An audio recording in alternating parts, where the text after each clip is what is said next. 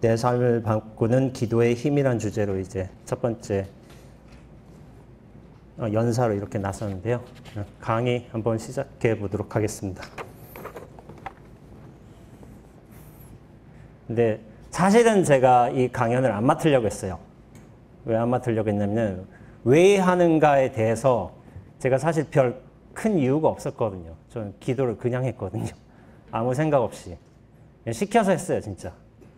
그래서 별로 할 말도 없고 그냥 했는데요 라고 말하자면은 사실 제가 여기서 할 말이 없잖아요. 할 말이 없어가지고 제가 안 한다고 했습니다. 그런데 이제 사실은 왜나 무엇을 어떻게를 이렇게 세 가지를 구분할 수 있는 건 아니에요. 기도라는 거는. 이것이 되게 복합적으로 나뉘어서 복합적으로 나뉠 수 있는 건 아니고 서로 연계되어서 생각해야 되는 것이기 때문에 제가 지금 기도를 왜 하는가 역경을 맡았지만은 사실은 무엇을 어떻게 해야 되는 것까지도 포함이 돼야 된다고 생각을 하고 있고 주최 측에서도 당연히 이것을 통합적으로 얘기해 주셔도 된다고 허락을 해 주셔서 이렇게 강연을 맡게 되었습니다. 저 같은 경우는 혹시 절집에 관해서 많이 아시는 분들이 계실는지 모르겠지만은 저희가 이제 삼위계라는 게 있고 또 구족계라는 게 따로 있습니다. 예비 승려가 되는 삼위계를 받으면 예비 승려가 되고요. 구족계를 받으면 정식 비구, 비구니가 되는데요. 저희가 이제 많은 문 중에서 이 계를 받을 때마다 뭐가 있냐면 소임이란 게 좀 주어져요. 그래서 저 같은 경우도 저희 문 중의 원칙에 따라서 삼위계를 맡고 나서 제가 현재 기거하고 있는 수도함에서 이제 6개월간 법당에 이제 기도 소임을 맡게 되었습니다. 그때 처음으로 기도라는 걸 해봤어요. 저는 기도를 해본 적이 한 번도 없습니다. 없고 처음부터 이제 선언해서 수행하기 위해서 절집에 들어왔습니다. 그런데 이런 것 통과 의례를 지나야 한다면 당연히 해야 되겠죠. 그래서 처음으로 그때 기도를 해봤어요. 기도를 해보고 나중에 이제 제가 예비 승려에서 학인 과정을 거치면서도 이제 틈틈이 주지 스님이 부탁을 하셨어요. 이제 기도 스님 휴가간다고 오라고. 그래서 이제 제가 안거를 끝나자마자 항상 절에 들어갔어요. 안거 해제하는 날. 다행히 제가 별로 돌아다니는데 관심이 없어요. 근데 이제 사람들이 안 믿더라고요. 제가 세계일주를 해가지고 이 말을 안 믿는데 저는 이제 보통 안거를 끝나는 날 곧장 이제 수도함에 들어가서 다시 이제 기도 스님 이제 공백이 있으니까 제가 기도를 대신 했던 것 같기도 해요. 기도라는 게 되게 광범위한 의미지만은 제가 이제 개인적으로 경험해 본 기도라는 게 이런 과정을 거쳤었고요. 과정을 거쳤죠. 그런데 제가 2008년도 동화사의 금당선언에서 안거를 할 적에 거기 동화사 강원에 계신 학인 스님이 저한테 이런 질문을 하시더라고요. 스님 어떻게 요즘 기도는 잘 되십니까? 이런 질문을 하더라고요. 근데 제가 좀 의아스러웠어요. 왜냐하면 저는 기도를 안 했거든요. 왜냐하면 법당에서 목탁 치는 것도 아니고 이 스님이 제가 매일 이제 108배 기도를 하는 걸 아시나? 어떻게 할지 선언 안에 있는 법당에서 따로 했거든요. 혼자서 조용히 하게. 이걸 어떻게 할지 하고서 생각했는데 나중에 알고 보니까 이 스님이 선언에서 정진하는 것을 기도라고 말씀하시더라고요. 근데 제가 생각하는 기도는 뭐냐면 법당에서 기도 이제 목탁 치는 거. 그거를 제가 기도라고만 생각했던 것 같아요. 그런데 생각해 보니까 선언에서 정진을 하면서 뭐 깨달음을 구하려 한다든가 아니면은 법당에서 목탁을 치면서 뭐 여러 사람들의 안위를 이제 바란다거나 그것도 모두 다 무언가를 원하는 측면에서의 기도는 맞거든요. 기도라는 게 사실 바란다, 바랄 기자에 바랄 도자거든요.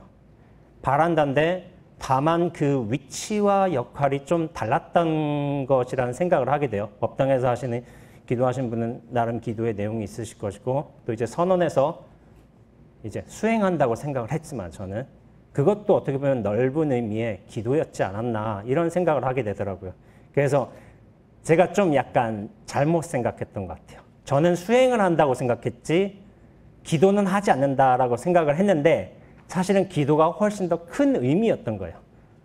큰 의미였던 것인데 제가 수행을 한다고 좀 좁은 의미로 생각하지 않았나 그런 경험이 있습니다.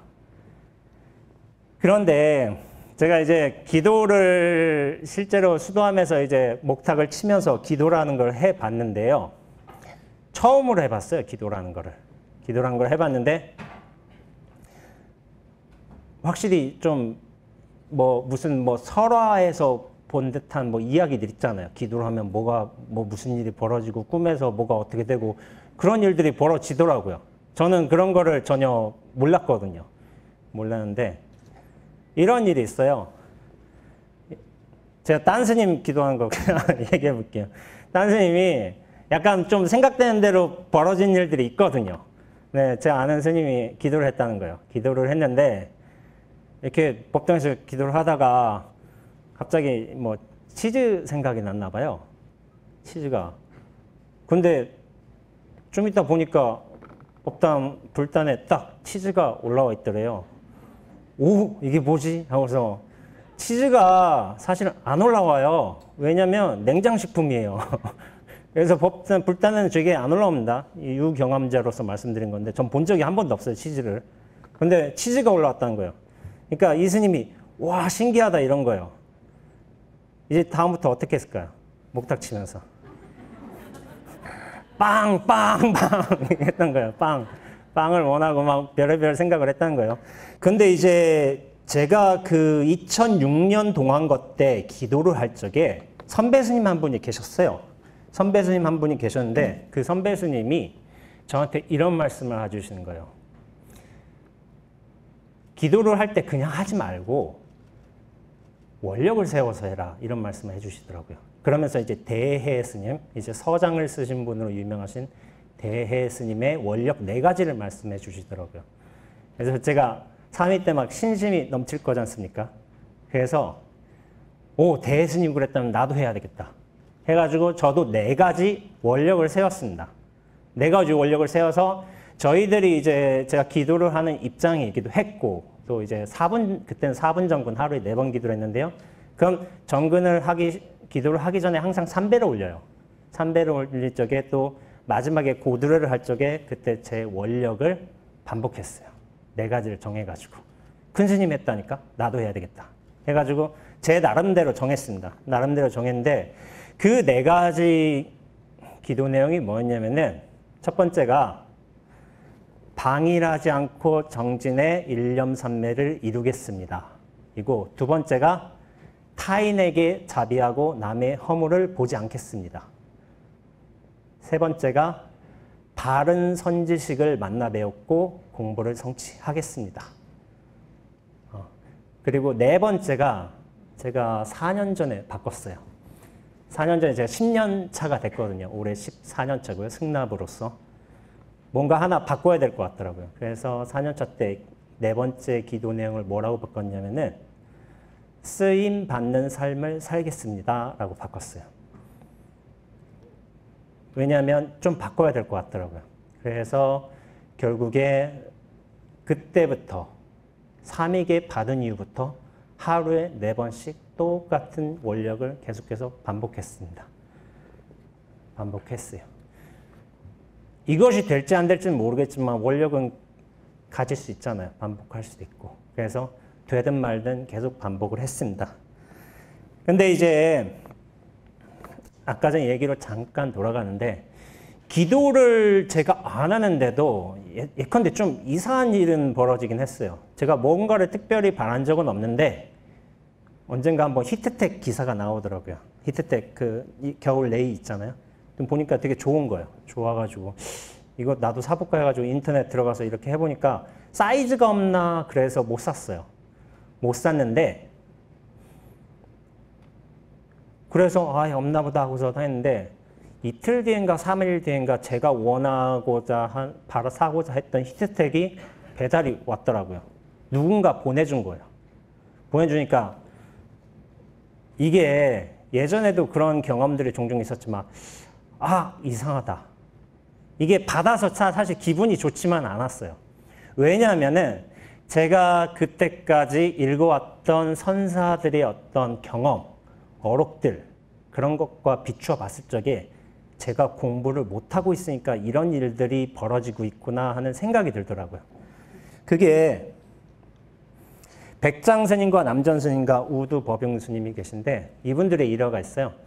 어느 날 백장 스님이 되게 한밤에 그 갈증이 나셨나 봐요. 그러니까 뜨거운 좀 끓인 물을 원한 거예요. 그러니까 근데 이제 시자가 깊이 잠들어가지고 그 못 듣는 거예요. 그러니까 가만히 있으려니까 시자가 갑자기 뜨거운 물을 끓여서 딱 갖고 오는 거예요. 그러니까 어떻게 가져왔냐 하니까 누군가 문을 톡톡톡 두들기면서 저 스님이 뜨거운 물을 원하신다 누가 알려줬다고. 그러니까 백장 스님이 내가 이게 수행을 잘못했구나. 이 토지신한테 마음을 들켜버렸구나 하는 일화가 있어요. 남전 스님도 비슷합니다. 남전 스님이 이제 농막에 출입하실 적에 이제 다른 분들한테 알려주지 않으셨어요. 출입한다는 사실을. 그런데 이제 언젠가 보면은 계속 점심 공양이 마련이 돼 있는 거예요. 이거 뭔 일이지 하고서 이제 한 거예요. 그러니까 점심 공양한 사람이 한테 물어보니까 지난날 밤에 토지신이 와서 스님께서 여기 오신다고 미리 알려줬기 때문에 제가 이렇게 공양을 준비를 했습니다라는 말이 있어요. 그리고 우두법용스님 같은 경우도 있어요. 우두법용스님 같은 경우 우두산에서 이제 동굴 같은 데서 이제 수행을 하셨는데 우두법용스님이 기도를 하고 수행을 하시면 뭐냐면 무슨 일이 벌어지냐면 새들이 꽃을 막 물고 와서 나중에 막 주변에 떨궈 놓는 거예요. 그리고 막 선녀가 와서 공양을 막 내고 그런다는 거예요. 그러니까 그거를 사조 도신선사께서 들으셨던 거예요. 그래서 우두법용 스님한테 직접 찾아가셨어요. 뭐 기록에 따라 좀 다르긴 하지만은 좀 욕을 하셨나 봐요. 이 마구니 놈아 하고서. 그러니까 너는 무슨 수행을 하느냐 하니까 물어보니까 저는 마음을 관하는 수행을 합니다라고 한 거예요. 그러니까 사조 도신선사가 관하는 것은 누구의 마음이며 그 마음은 또한 어떤 물건이냐라고 물어보니까 우두법용 스님이 대답을 못 하셨어요. 그때 이제 예를 갖추고서 사조 도신선사를 스승으로 모시고서 정진했다는 기록이 있습니다. 그래서 나중에 마음을 밝히셨어요. 밝히니까 어떻게 됐을까요? 새는 더 이상 꽃을 물어오지 않았고요. 선녀도 공양을 올리지 않았습니다. 되게 평범하게 돌아가셨어요. 평범함으로 돌아가셨어요. 저는 이런 것들을 삼위계를 받고 나서 좀 유난히 각인되었던 내용들이에요. 이런 내용들이. 제가 이제 설린구경총서의 이제 1, 2권이 뭐냐면은 천목중봉 스님의 선방야하고 이제 동어서화라는 책이 있어요. 되게 막 엄청나게 어려운 책은 아닌데 선수행하는데 기본적으로 갖춰야 할 태도나 어떤 믿음의 방식들을 잘 설명해 주시고 계셔가지고 저는 이거를 되게 열심히 읽었어요. 3번씩 읽었어요.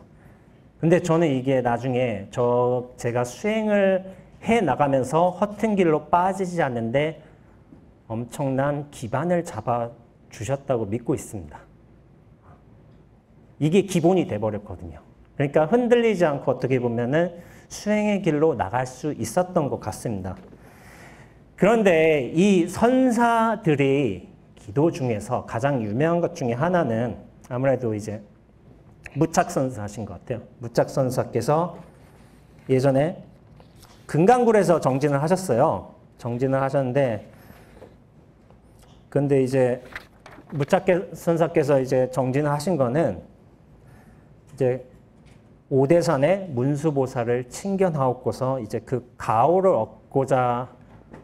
얻기 위해서 이제 수행을 하신 거예요.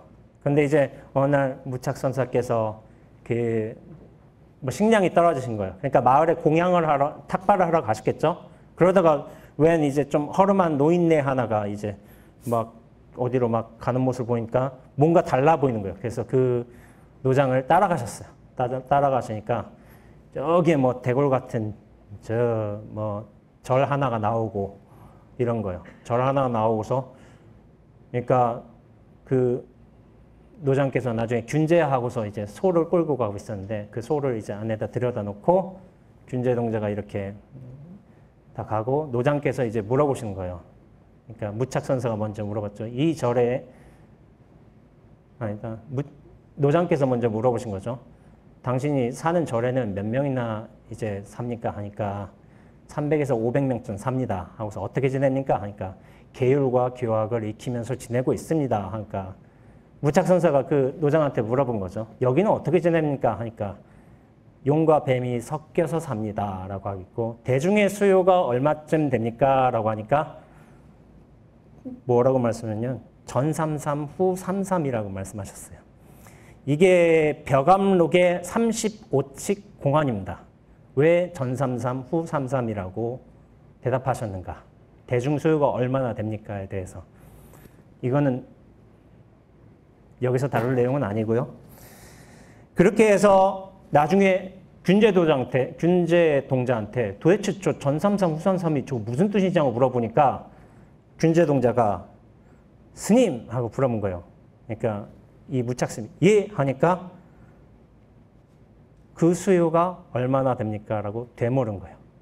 그래서 뒤로 딱 돌아보니까 그 절이 싹 사라진 거예요. 사라지면서 허공 속에서 이런 개송이 나온 거죠. 성 안내는 그 얼굴이 참다운 공양이요 부드러운 말 한마디가 미묘한 향이로다. 깨끗해 티가 없는 진실한 그 마음이 언제나 한결같은 부처님 마음일세. 이거 되게 많이 보셨죠? 되게 좋은 개송이라고 저는 생각하고 있고요. 좋아요, 되게. 근데 이거 저는 무슨 다포? 그런 데서 많이 본 것 같아요. 되게 많이 봤는데 저는 이 개송을 굉장히 좋아합니다. 이거는 전에 얘기했고요. 나중에 이 무착선사께서 수행을 열심히 하셨어요. 열심히 하셔가지고 어떻게 되냐면은 앙산 스님한테 깨달음을 인가받게 되고 또 이제 법을 잊게 됩니다.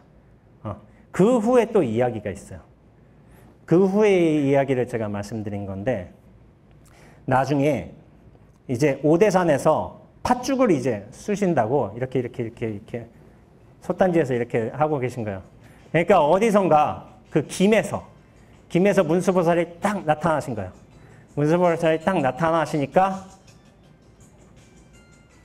그때 무착선사께서 어떻게 하셨냐면은 문수보살에 죽어가지고 싸대기를 탁 때리신 거예요.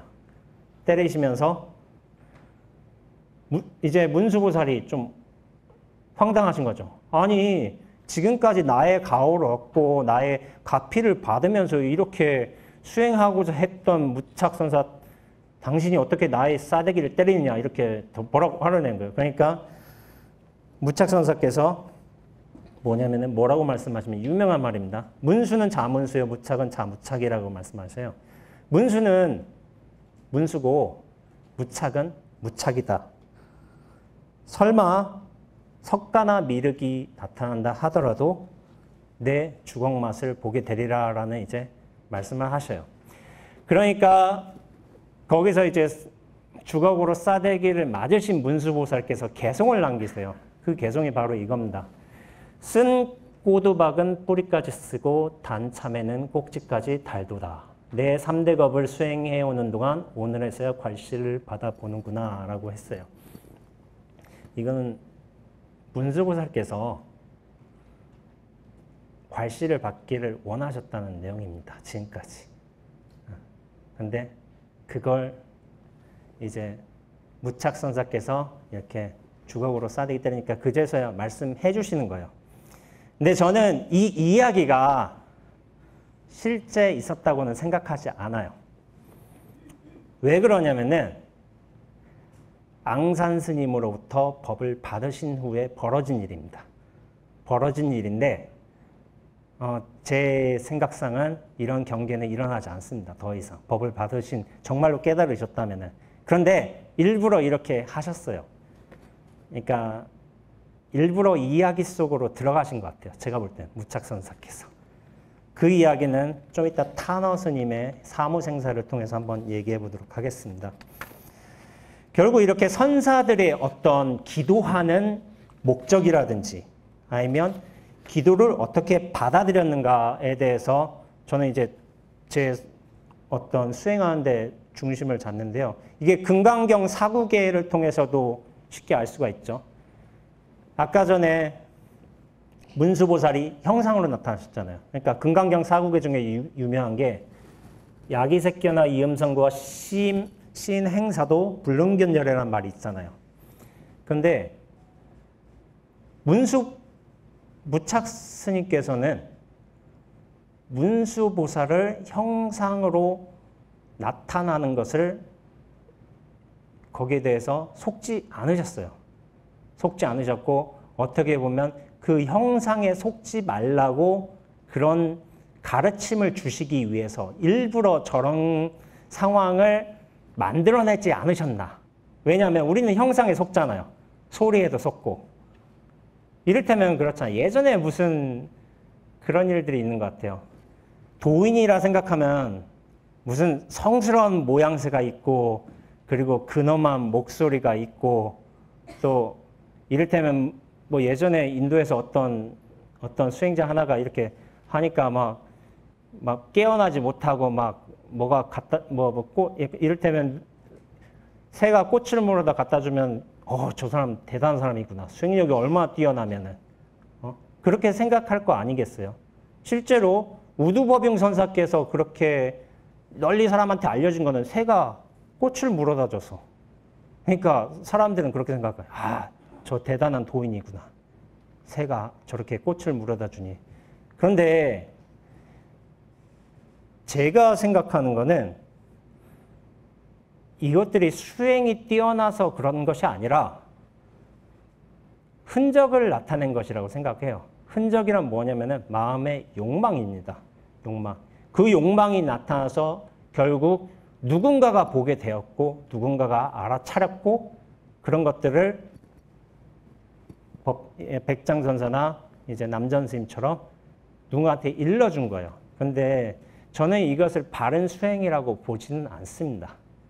마음의 흔적이 남지 않아야지 오히려 바른 수행이라고 생각하고 있는 편이에요. 근데 이제 사구계에서도 그런 거죠. 뭔가 거룩한 상이나 고귀한 음성 같은 걸로 그런 것으로 도를 평가한다거나 깨달음의 수준을 평가한다는 게 굉장히 잘못된 것임을 지적하고 있어요. 그러면은 무착선사께서 문수보살 이제 이렇게 나타나셨을 적에 사람들은 보통 어떤 것으로 해석을 하냐면은 그 무착선사의 어떤 패기, 저 문수보살이 나타났으니까 탁 귀싸대겠다 주걱으로 패기를 많이 보시거든요. 근데 저는 또 그런 것 같지도 않아요. 일부러 그렇게 쇼를 하신 것 같아요. 쇼를 하신 것 같고 정작으로 중요한 건 어떤 착인 것 같아요. 착. 때렸을 때 착 있잖아요. 착에는 아무 뜻도 없지만 그 착에서 진리를 들었다면은 착에서 진리를 보았다면은 깨달음으로 돌아가신 것이 아닌가. 원래부터 돌아가셨는데 여기에 혹세 무민하는 이제 중생들이 있기에 그런 모습을 일부러 보여주신 것이 아닌가. 그런 생각을 하게 되고 결국 이제 무착선사께서는 문수보살 칭견하고 가피를 얻고자 하기 위해서 기도를 시작하셨어요. 금강굴에서.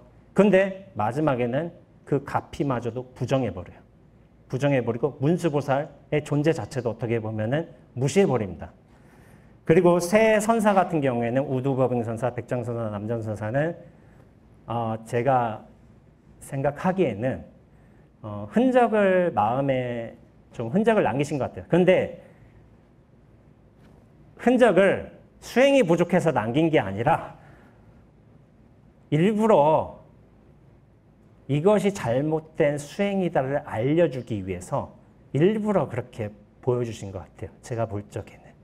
원래는 그게 아님을 알고 있지만 왜냐하면 그걸 드러내는 방식이 이야기가 없으면 또 안 되거든요. 그러니까 일부러 이야기 속으로 들어가신 것 같습니다.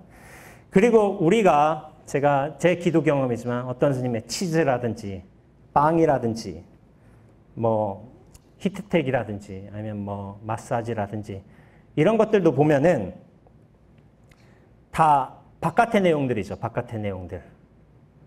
그러니까 저는 기도라는 것에 대해서 이렇게 좀 생각을 합니다.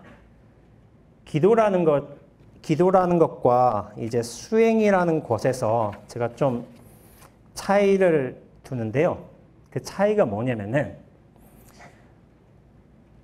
기도라는 건 이거 넓은 의미의 기도가 아니라 좁은 의미의 기도입니다. 바란다는 건데 내용물, 대상, 상황, 변화를 이제 원하는 기도는 거래심이고 생사심이고 그것이 욕망이라고 생각을 합니다.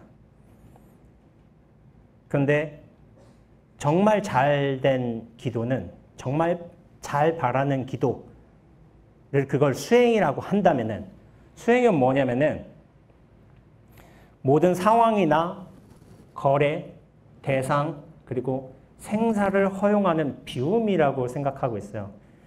그러니까 우리가 욕망이라는 형식으로서 기도를 한다면은 그 초점이 어디다 있냐면 바깥에 가 있어요. 바깥에. 빵, 치즈, 따뜻한 물, 아니면 새가 꽃을 물어온다든지 바깥에 가 있지만은 정말로 제대로 된 기도를 한다면 그것이 수행이라면은 그 초점이 안으로 향하게 있다고 생각합니다.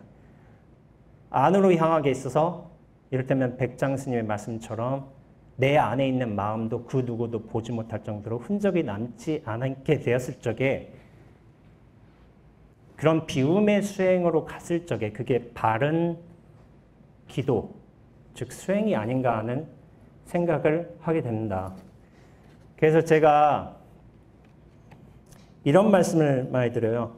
어떤 보살님 같은 경우에는 그런 좀 그거 있어요.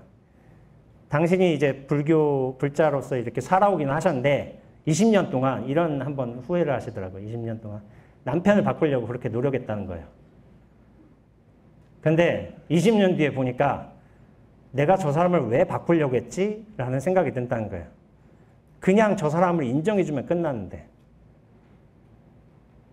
그러니까 그 전에 기도를 하셨고 분명히 수행이라는 걸 하셨겠죠. 근데 뭐냐면은 그 초점이 상대방한테 맞춰져 있어요. 이 사람 바꾸고 상황이 이렇게 변하기를 원하고 그런 거예요. 근데 그 초점이 상대방이 아니라 내가 그것을 원하는 마음을 씌워주면 될 것인데 그 사람 자체를 그냥 인정해주면 되는 거였는데 라는 초점을 바뀌니까 더 이상 남편한테 원하는 게 없는 거예요. 그러니까 욕망이란 것은 상대방을 통해서 바깥 상황을 변화시키면서 대상을 이제 바꿔가면서 이렇게 충족이 되는 거지만은 수행이라는 거는 뭐냐면은 나 자신의 그런 욕망을 비움으로써 완전히 비워질 적에 본래 그 자체가 충족되었다는 것으로 돌아가는 것을 뜻합니다. 그래서 저는 기도라는 거는 결국 수행으로 가야 된다고 생각을 하고 있습니다. 그리고 그 방향성이란 게 바깥이 아니라 결국은 나의 욕망을 바라보는 것, 나의 마음을 비우는 걸로 가야지만 그것이 바른 기도라는 입장을 가지고 있습니다. 근데 이게 생각처럼 쉽게는 안 되는 것 같더라고요. 왜냐하면 무언가를 계속 원하고는 있어요. 사람들은. 그리고 그 무언가는 분명히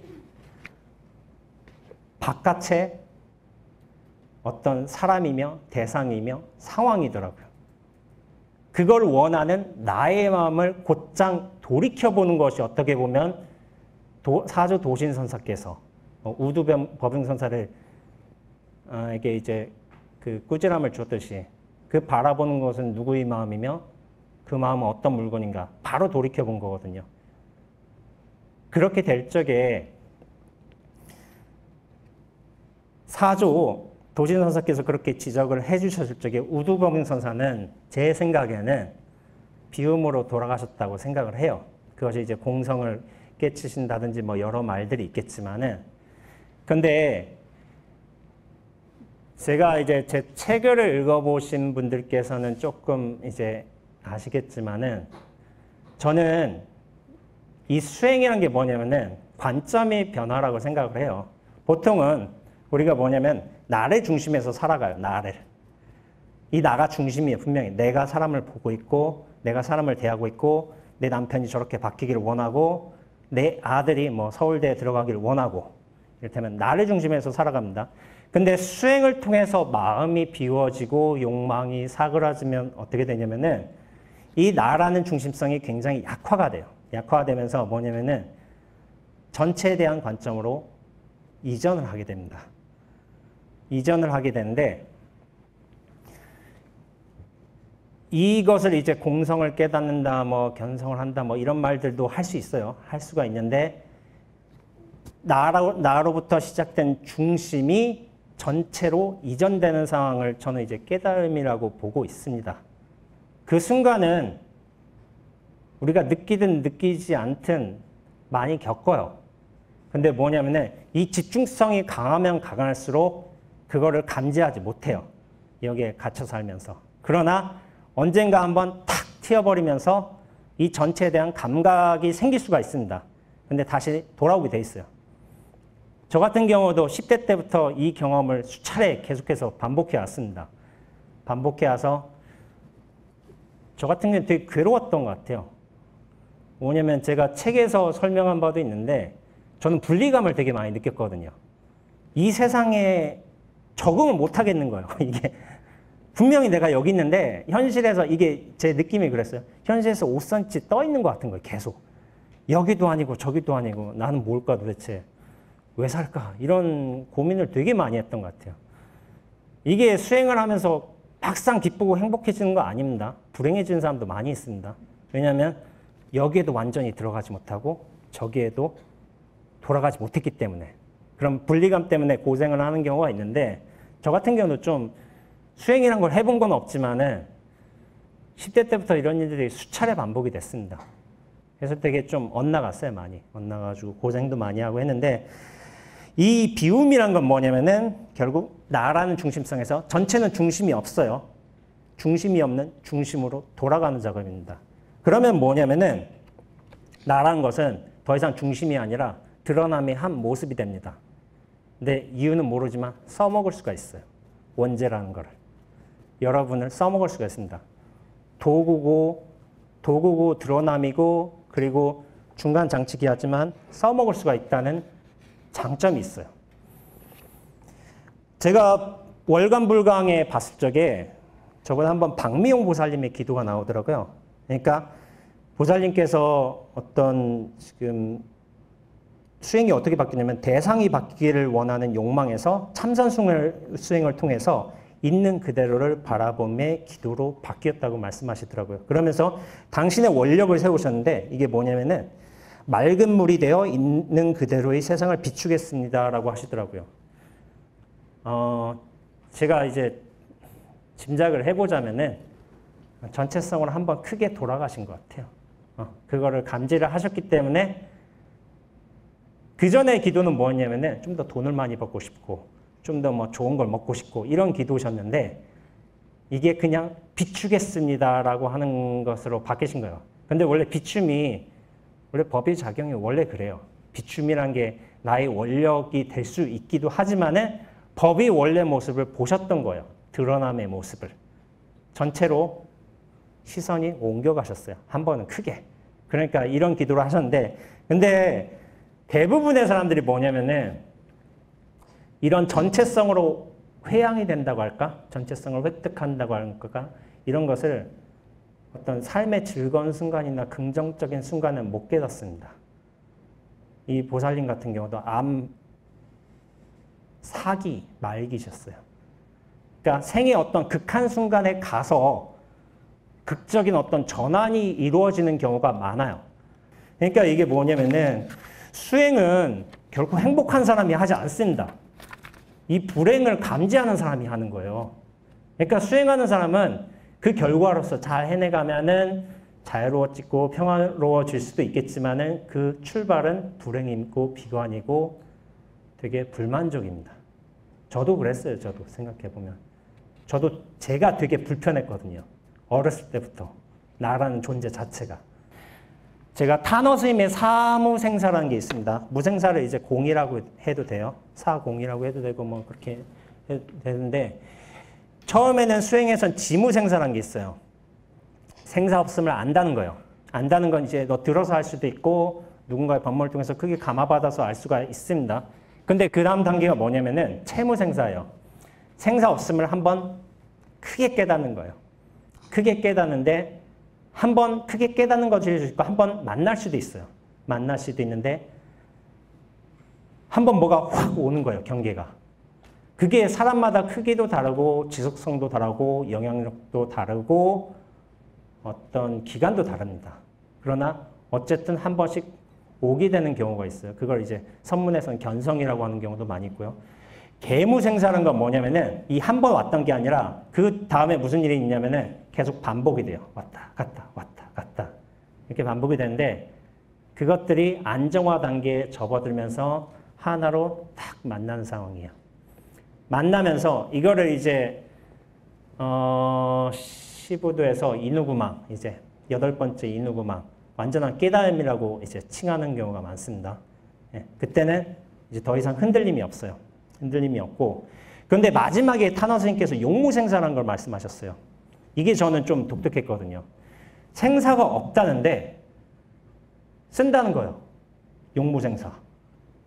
그래서 제가 사람들한테 질문을 해요. 그럼 생사가 없는데 이걸 어떻게 써요? 없는 거를? 어떻게 쓸까요? 라고 이제 질문을 해보면 여러 대답들이 나와요. 없는 생사를 어떻게 써요? 하니까 뭐 이런저런 말씀이 많이 나왔지만은 이 없는 생사는 어떻게 쓰냐면은 있는 생사로 씁니다. 뭐냐면은 말은 없다지만은 그 실체가 없다는 거지 현상이 없다는 건 아니에요. 실체 없음, 공성을 깨닫는 것이고 공성을 돌아가는 것이 깨달음이긴 하지만은 그거를 쓰는 것은 결국에 생사예요. 생사. 생사를 쓰지만은 색즉시공 공즉시색처럼 생사를 쓰지만 애초에 생사 없음을 쓰는 거예요. 그것이 똑같은 도리입니다. 생사를 써도 흔적이 없기 때문에 결국 생사 없음으로 돌아가는 것과 같습니다. 그러니까 용이라는 거는 없는 걸 쓰지 못해요.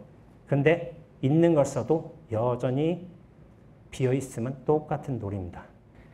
궁극의 자유가 행복이라겠는데 대행스님이 또 이런 좋은 말씀을 해주셨던 것 같아요. 통을 굴리려면 통 밖으로 빠져나와야 한다라는 말이 있어요. 통이 생사예요. 생사. 생사가 끊임없이 돌아가고 있는 거예요. 그러나 이 생사를 정말로 제대로 굴리려거든 통 밖으로 한 번은 크게 빠져나와야 된다고 말씀을 하셨어요. 그러면 뭐냐면은 정말 그 통이 있음이나 없음에 자유로워진다면은 통을 부정할 것이 아니라 통 안으로도 들어갈 수가 있어요. 애초에 근원이 없기 때문에 그 안으로도 자유롭게 들어갈 수 있다고 저는 생각을 합니다. 이야기에 속지 않지만 이야기 안으로도 들어갈 수 있다고요. 그러니까 우리가 흔히 부정하는 분별심, 생사심에서 이 심이 문제이지 분별이나 생사는 애초부터 문제가 되지를 않습니다. 여러분들 제 소리 듣잖아요. 제 모양도 보고 자기에 대한 감각도 있고 문제는 집착이지 이 모양이나 감각, 현상이 드러나는 건 애초부터 문제가 되질 않아요. 그런데 이걸 잘못 수행하는 분들은 싸그리 부정하려고만 해요. 문제는 여기에 집착하지 않고 분별하지 않고 걸리지 않는 것이지 진정으로 우리가 분별, 집착하지 않고 걸리지 않는다면은 이것도 쓸 수 있어요. 근데 내가 쓰는 거 아니에요. 이 전체가 쓰는 거지. 왜냐하면 안목은 분명히 이전이 됩니다. 나는 드러나는 것이기 때문에.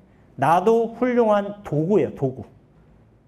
어떤 과정이기도 하고 결과이기도 하고 이 중심성에서 벗어나면은 이 전체로서 씁니다. 기도의 목적. 제가 기도의 목적이라는 것을 이렇게 강의를 맡겼는데 사실은 무엇을 어떻게 왜라는 것이 이렇게 따로 떨어질 수 있는 것은 아니지만은 결국 나의 원력을 3년간, 100일간, 10년간 반복하는 것이 저는 바른 기도라는 것이라 생각하고 있고, 그러기 위해서는 원력을 정하는 게 제일 우선이라고 생각해요. 과연 내가 무슨 일을 할 수 있을 것인가? 조건을 걸지 말고, 내가 무엇을 하면 부처님께서 무엇을 해주세요. 조건 걸지 말고 단지 나의 원력만 계속해서 반복하겠으니 이것이 맞는 법임을 부처님께서 증명해 주십시오라는 마음으로 원력을 계속 부처님 앞에 드러내고 반복하면서 다지는 겁니다. 그러면은 그게 읽다 보면은 언젠가는 자기도 모르는 사이에 그 일이 변해져 있음을, 그렇게 되어 있음을 알게 되는 때도 분명히 오게 됩니다. 그렇기에 저한테 기도를 받는 분들께 제가 제일 먼저 드리는 말씀은 원력부터 정하세요. 기도를 해야 되는 목적이나 방법이나 이런 거는 방법은 다양할 수 있지만 원력부터 정하는 것이 기도의 시작입니다. 원력을 남한테 검사 받아도 돼요. 검사 받아도 되고. 이거 좀 이상하지 않은 거 그렇게 가져온 분도 계세요. 이건 약간 보정해 드리기도 해요. 왜냐하면 내가 해야 될 일만 바꿔가지고 어떤 거래는 끝내버리고, 이것이 힘들 수도 있지만은 꼭 그렇게 하셔서 3년이고 10년이고 하셔서 부처님의 법이 원래 이렇다는 것을 부처님이 증명하시는 게 아니라 내가 내 삶으로 증명해 주는 것이 부처님의 은혜를 갚는 기도라고 생각하고 있습니다.